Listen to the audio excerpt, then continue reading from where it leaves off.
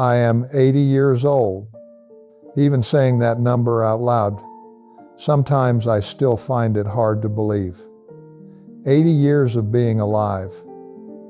80 years of waking up every morning. 80 years of thinking there was still plenty of time ahead. And before you scroll past this video, before you think this is just another story from an old person, I hope you pause for a moment. Just for a moment. What I am about to say may make you sad. It may feel heavy.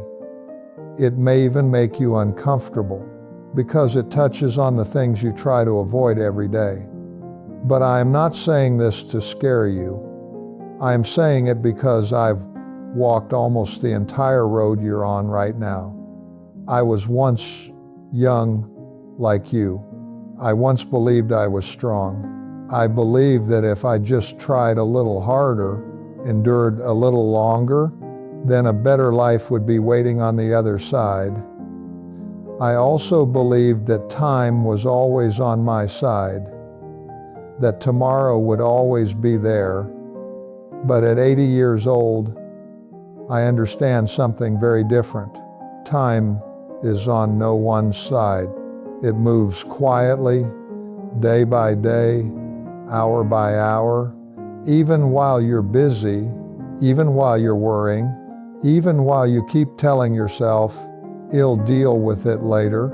This video isn't meant to teach you how to live. I don't have the right to do that. I only want to share a perspective that only those who have walked very far for a very long time can see. If you listen to all of this, you may not change today, but maybe, just maybe, a small thought will stay with you, and one day it might help you live differently. From a very young age, we're taught the same thing, that if you want a good life, you must first learn how to sacrifice. Sacrifice your time. Sacrifice your joy. Sacrifice the things you love. Adults say hard work is a noble virtue. Teachers say you must struggle now so you can rest later. Society keeps repeating the same familiar message. Just endure it, and the future will reward you. I believe that, not for a few years, but for 55 years of my life, I believed that if I was patient enough, persistent enough, willing to suffer enough, then one day life would open its doors to me. I believed happiness was something saved for later, after I became successful enough, after I was stable enough, after I fulfilled all my responsibilities, and I wasn't alone.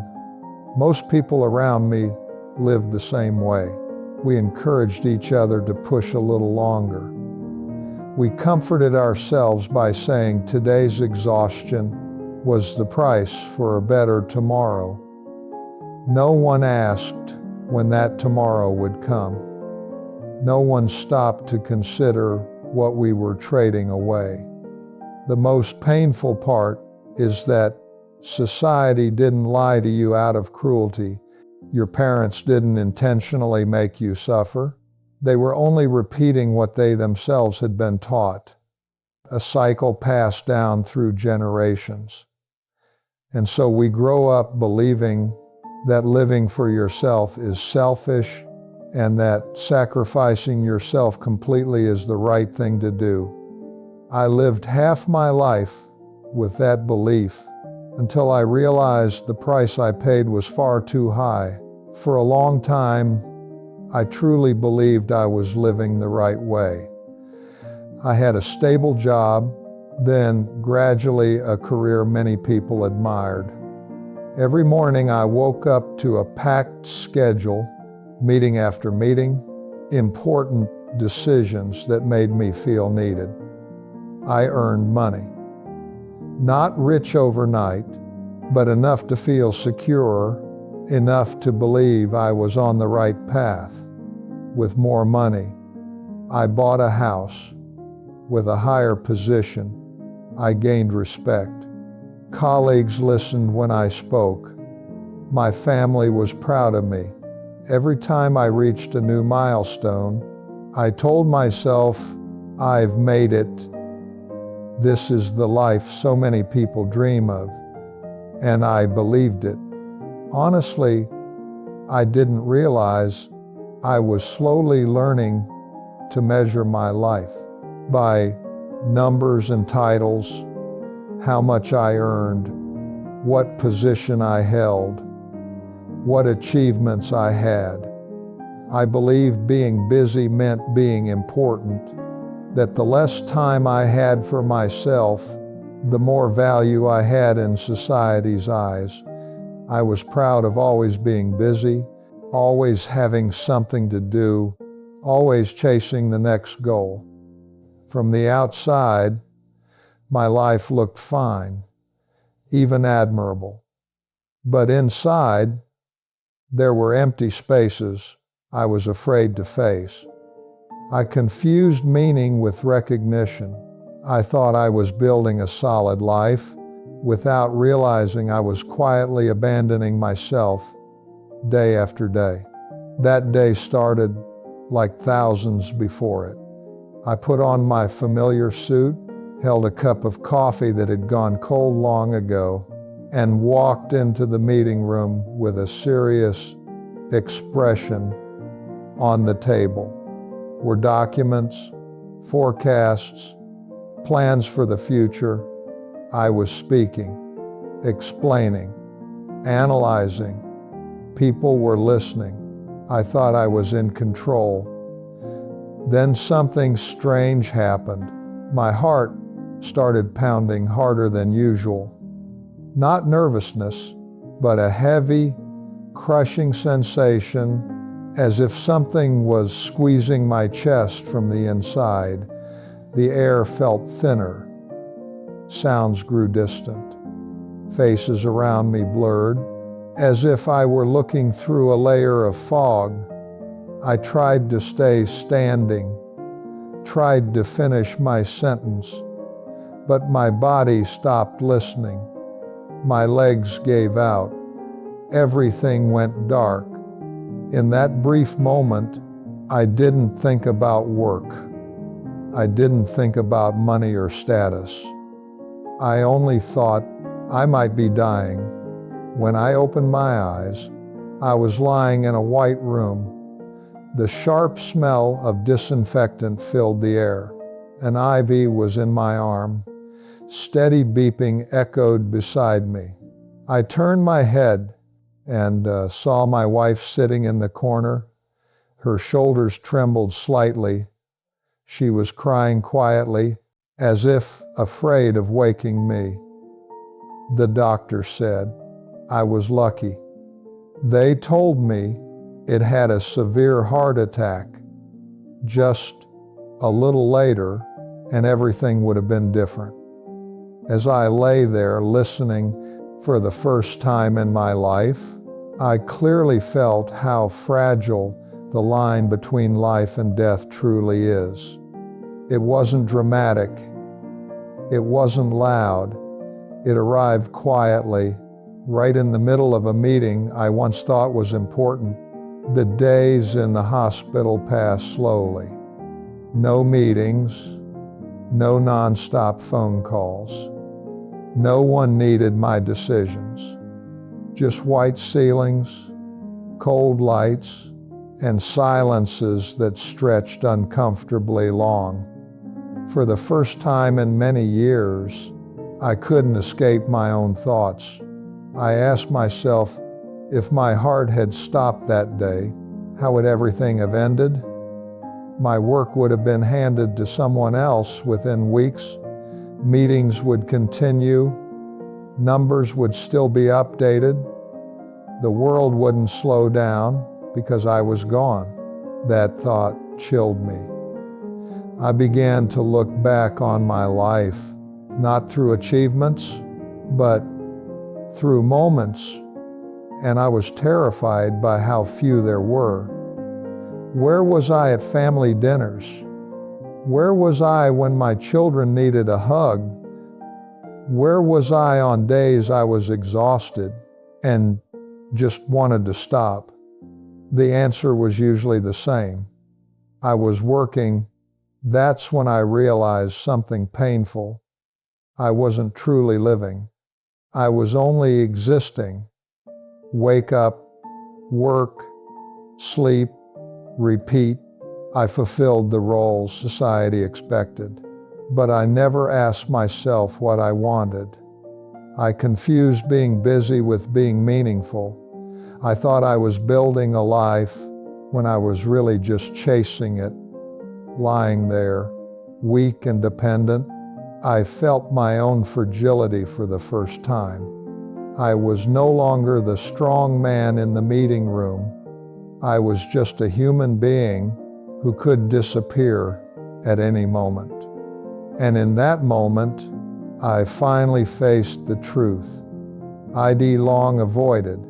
I spent too many years preparing for a better life while forgetting that life itself was passing by every single day. After surviving the heart attack, one sentence kept echoing in my mind. A familiar excuse I'd used my entire life. I still have time. I said it when I was young. I said it in middle age. Even lying in that hospital bed, I almost believed it again. We're very good at postponing our own lives. We tell ourselves today isn't the right time, that we're too busy, that we'll live later. When we earn more, when we have a higher position, when everything feels stable, we promise ourselves we'll live someday, but we never say when. I lived in that loop for 55 years. Set a goal, reach it, immediately set the next one. When I had no money, I thought enough would bring peace. When I had money, I wanted more to feel safe. When I had no status, I craved recognition. When I got it, I feared losing it. Every achievement brought joy, but only briefly. It faded before I could even feel it. Then I ran again, like someone on a treadmill that never stops. I thought I was moving forward. In reality, I was standing still. Only time was moving. The most dangerous thing about I still have time is that it sounds reasonable. It doesn't scare us. It gives us a false sense of safety. But the truth is, none of us knows how much time we have left. Time doesn't warn you. It doesn't knock. It quietly takes away opportunities and moments while we chase what we think matters. Lying there between life and death, I finally understood.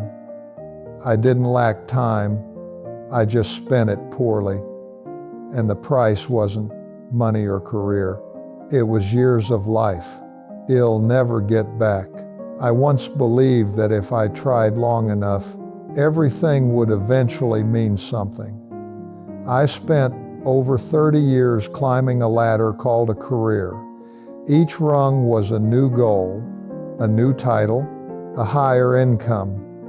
I climbed, believing the top was where I belonged. I rarely stopped. I feared falling behind. I feared slowing down would make all my effort meaningless. So I kept climbing, day after day, year after year. I grew used to exhaustion, used to ignoring warnings from my body and my heart. Only when I nearly reached the top did I finally look around, and that moment left me frozen. The ladder I'd spent 30 years climbing was leaning against the wrong wall. Behind it wasn't peace. It wasn't happiness. It was a hollow emptiness. The most painful realization wasn't that I was wrong. It was that I no longer had time to start over. You can't rewind time and climb back down. You can't reclaim the years spent chasing a path that was never yours. Time doesn't offer gentle corrections. It gives you the truth. Too late to restart, but early enough to regret. When people talk about regret, they often think of big failures, bad decisions, lost money, missed deals. But at 80, I can tell you honestly, those aren't what haunt me most. My deepest regrets come from small, ordinary, human things. I regret not being home more, missing family meals for meetings I no longer remember. I regret believing hard work was enough, that presence could wait. I didn't realize that for the people I loved, what they needed wasn't money. It was me, there, listening. My father died when I was 45. We didn't hate each other, but we were never truly close. Our relationship was filled with silence. And later, I always thought we had time, that he'd call when I was less busy, visit more when work settled down. Time didn't wait. He was gone suddenly. A heart attack within hours. Everything ended. What haunts me isn't the news. It's the days before it. The calls I didn't make. The visits I postponed. The Sundays I told myself next week, that next week never came. Beyond family, there were other losses. Trips I kept postponing. Dreams I set aside as unrealistic. Things I wanted but didn't dare try. Afraid of failure, judgment, or breaking the image I'd built. Looking back, that fear took more from me than any failure ever could. Real regrets are quiet. They arrive at night when everything is still. They are unanswered questions, moments gone forever. And the hardest truth is, no amount of regret can change them. After the heart attack, my life didn't transform overnight. I didn't suddenly become wiser or carefree. What changed first was how I saw things. For the first time, I allowed myself to slow down, not out of laziness, but because I understood that continuing the same way would mean losing myself again. I began choosing differently. I said no to work I once accepted out of fear. I declined unnecessary meetings. I accepted that I wouldn't be everywhere or the most important person in every room. At first, it felt empty. Then, it felt light.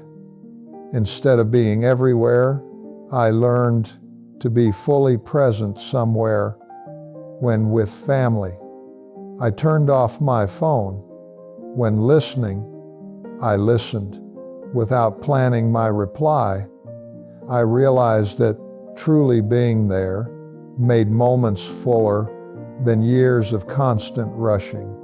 I also started doing what I postponed. Trips no longer delayed to someday. Old hobbies returned, clumsy and slow. I allowed myself to try, to fail, to enjoy without turning everything into an achievement.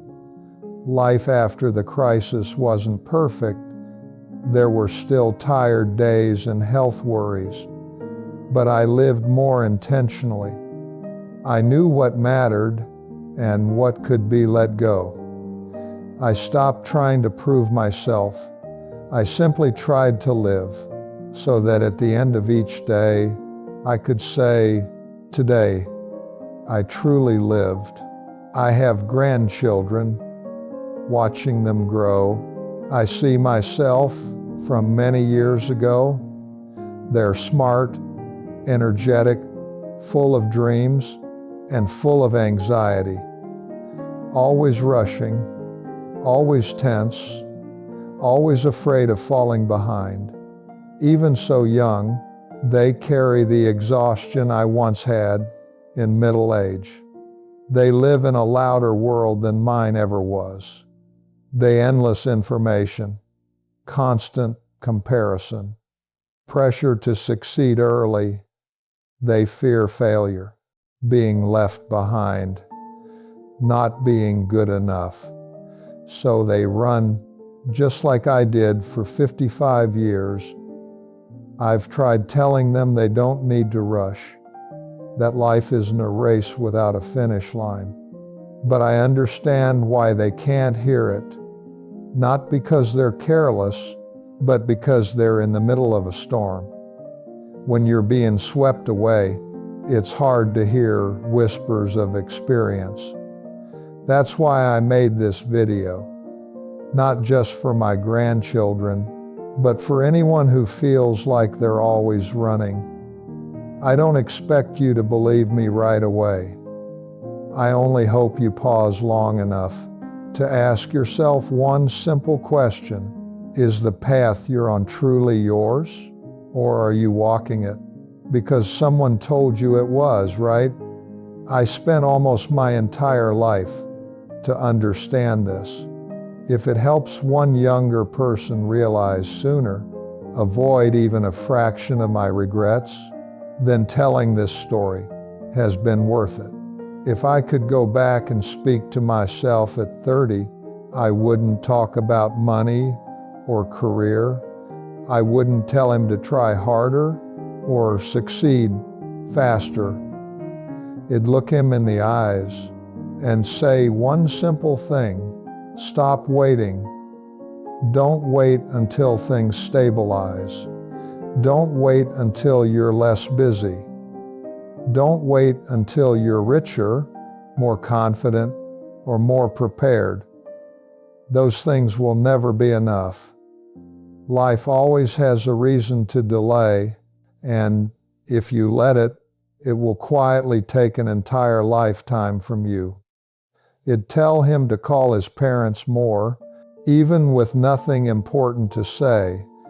Come home earlier, even if work isn't finished.